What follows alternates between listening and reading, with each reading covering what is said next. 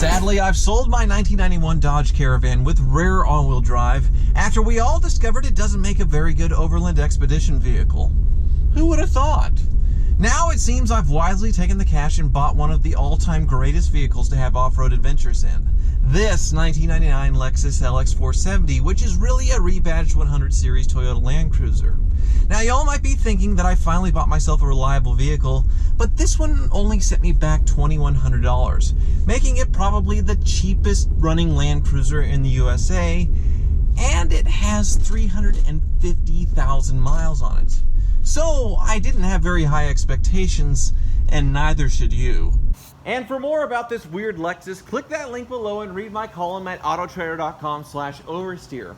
Now, I purchased this Lexus totally sight unseen at an auction from a Lexus dealer in Kansas City.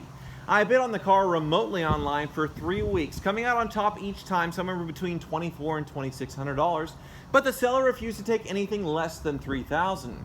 During its fourth run at auction, I was the only bidder at $2,100, and for some reason they decided it was time to cut it loose. Even with the crazy high miles, this is about half of what it should have brought.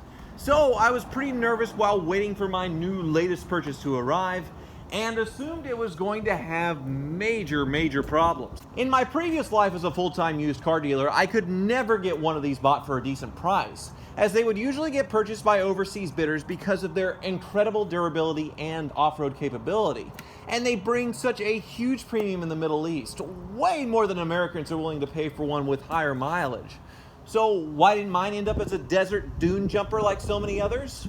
As it turns out, it's not because of the way this thing runs and drives.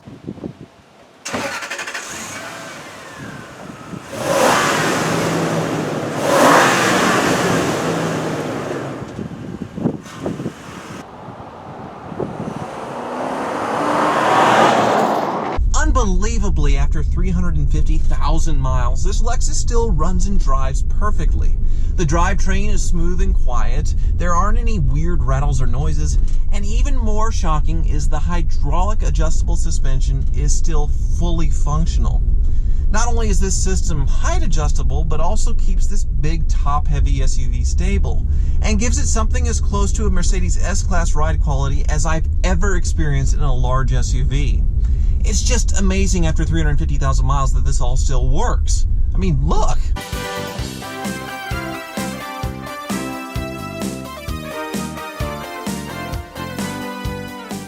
Now, as far as the things that don't work, the list is actually pretty short. The air conditioning was blowing warm when I got it, and after charging it, it worked for a while before leaking out again. Also, my heated seats don't work, for rather obvious reasons. And that's it!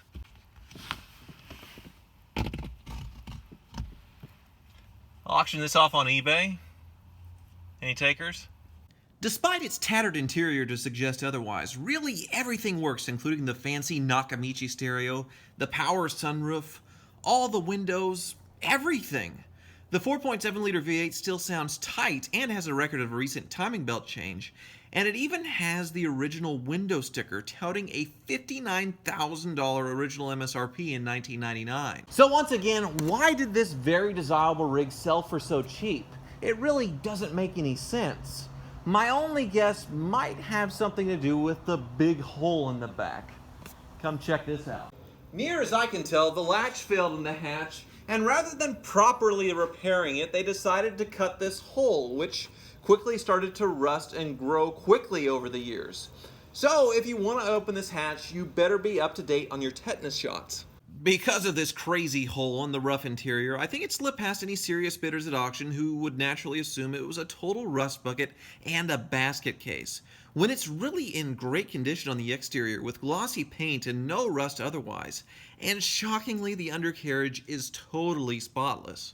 With a $300 salvage yard rear hatch and some seat bottoms, I could easily double my money on this thing, but I was a total failure as a used car dealer for a reason, and I can't stop there.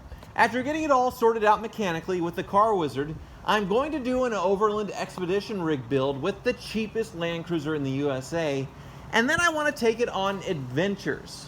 but I'm not really the outdoorsy type. There's also the obvious fact that we are going into winter, and it will probably be a while before I try becoming one with nature. And if you think I'll probably roll my Lexus if I try my hand at some real off-roading, hit that like button. And as always, thank you for watching.